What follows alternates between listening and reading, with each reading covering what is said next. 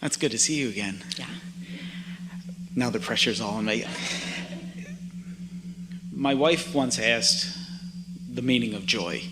I've asked before other questions about the past, and you've told me to stop talking and, concentrate on now. So can you help me understand tolerance and intolerance? And is there even a place for tolerance in my own reality? Is it something I have to deal with? Is it something I can just let go? It is one of the most ineffective, unproductive, not good for you emotions that you could ever foster and encourage. Because what it is a looking right at something unwanted, feeling the guidance of the being off track, and then the learning to accept it as a feeling that you are willing to endure. That's good. In other words, we get it that it's a good idea not to misbehave in public. They might drag you off an airplane. We understand that sometimes you just have to kind of suck it up and not say anything. But when you deliberately practice recognizing an emotion that doesn't feel good, which means every time my inner being is looking at this differently, but I'm choosing to stay focused upon it in opposition to my inner being, so the knot still remains in my stomach, but I don't do anything about it. And in fact, in an attitude of seeking tolerance, most humans would say tolerance is not liking it and just accepting it, while intolerance might mean not liking it and throwing a fit. Well, maybe it's better not to throw the fit, but it certainly isn't good for you to look at something unwanted and not do anything about adjusting your vibration. It's like the difference between empathy and compassion. Empathy is looking right at something uncomfortable and just holding myself in that discomfort, while compassion is being in alignment first, and then from my state of alignment with my inner being, then looking at whatever the subject is, but I don't feel the discomfort of it. Instead, I see it through the eyes of source.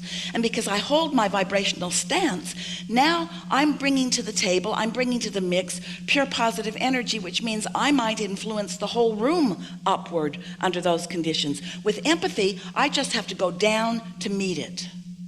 Where with compassion, I stay with who I am. So I don't take a dip in my vibration, which means I might not help them, but I don't hurt me. And there's a stronger probability that they may come upward if we're able to play together longer with me feeling and behaving in my physical form like my inner being always behaves. Esther said to us early on, when she began understanding emotions and where we stood in relationship to her, and one day in the midst of strong negative emotion, she said to us, Abraham, I think you should come over here with me so that I don't feel so bad. Because she knew the reason she felt bad was because we had different vibrational frequencies, and she had moved so far from who she really is. So she tried to talk us in to coming there with her so that she wouldn't feel the separation so much. And we said, you got to come where we are. You got to come where we are. Thank you. Everything that we're talking about, in fact, is about being less conditional. Because it's really hard to be so, here we are in this physical manifestation part, wrapped up in the details of what's already manifested, which as far as we're concerned is old news. It's like gum that you've chewed all the flavor out of. The juice isn't there. So here's this life experience that you're giving your attention to, and as you give your attention to it, then you want to feel good, of course, and so you become, as an individual or as a parent or as an employer, as a mass consciousness, you become demanding of the details of your reality, because when you look at something that feels good to you, you say, oh, I'd like more of that. And when you look at something that feels bad to you, you say, I want less of that. So you start passing laws. We will not stand for that. We want more of that. Problem is, you can't come into any agreement about what you really think you need in order to feel good. Have you noticed? Different people want different things, and the world is a big enough place for you to all be able to find satisfaction in the diverse world in which you are living. But when you believe that that condition has to change before you can feel good, now you are attempting to control the uncontrollable.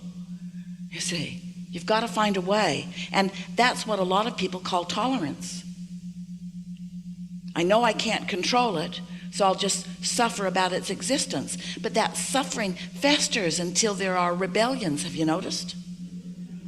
Where unconditional love or unconditional alignment is because you are no longer believing that over here where all the flavors already chewed out of the gum is where it's at. Unconditional love is where you understand that there is a vibrational reality that is in the state of becoming, and you give your undivided attention to the unconditioned.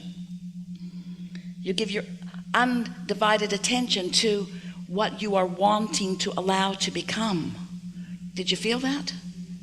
We'll talk more about it as we move along. The other thing I wanted to ask is being raised, and my parents did a wonderful job. I love them very much, and I kind of figured out who I was along the way.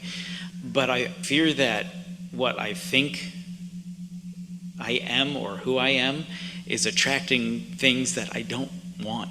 My family has gone through a couple years of some pretty heavy medical situations. Well, before you go further, we just want to clear some things up. It is natural that as you are, as you say, being raised, or as you are moving through time, that you undoubtedly, everyone does, you've picked up some beliefs along the way that may not be serving you. And a belief is just a thought that you continue to think, and a belief is just a thought that has some momentum going. But here's the thing, you never need to worry, because you have beliefs that served you as you were moving along. And as you've been becoming more and more and more who you are, so let's say you're standing in the midst of something unwanted. After a long time of believing something, now let's say you're standing in the midst of now experiencing or witnessing something that you don't want. Well, that contrast is causing you to launch more clarification into your vortex, a sort of amended desire. When you come to realize that your only work, your singular work, is to look in the direction of what you want and less in the direction of what you've got, and that every time you feel negative emotion, it means that you are disallowing what you really want. It is not difficult to let go of old beliefs, and it is not a good idea to condemn the old beliefs, because many of them served you as you were moving along. When you were really little, you liked little chairs. There were a lot of things that were meaningful to you when you were younger that are no longer meaningful to you. In other words, it's normal that things would continue to evolve. But as long as you get it, that the true evolution of who you are, let's say this in a way you've never heard it before. So you were before you came into this physical body. Do you accept that? And that larger part of you still remains as your soul or inner being or God force. So let it be also logical to you that as you are out here on this leading edge, can you hear this? We're not saying out here on this exploratory edge or on this being tested edge. We're not saying out here being tried. There's so much belief that doesn't serve you that goes something like, well, my inner being or God or whatever you want to call this non-physical energy is all complete and perfect. And the reason that it's all complete and perfect is because it's already proven itself, and now I'm here in the process of proving myself. No, that is not what's happening. You are an extension of that, and you are living the leading edge of that. If there is to be eternity, and there is, it is our promise to you, then isn't it logical that this contrast and these new desires that are being born as you are continuing to stand where you are and realize what could be better, what could be more? Everything is forward looking here with you. And so when you get a glimpse of something you want and you acknowledge it from your vantage point, and your inner being gives undivided attention to it, now it has already become, this new reality has already become in the vibrational ethers. And even with the worst stories that you as humans tell about the becoming of your earth, and they're pretty bad stories that you tell, but there is an understanding that the thoughts are turning to things, that there was consciousness that then brought this reality into being. And that consciousness that brought this reality into being is still bringing that reality into being. And you are a part of that consciousness that is continuing to bring that reality into being.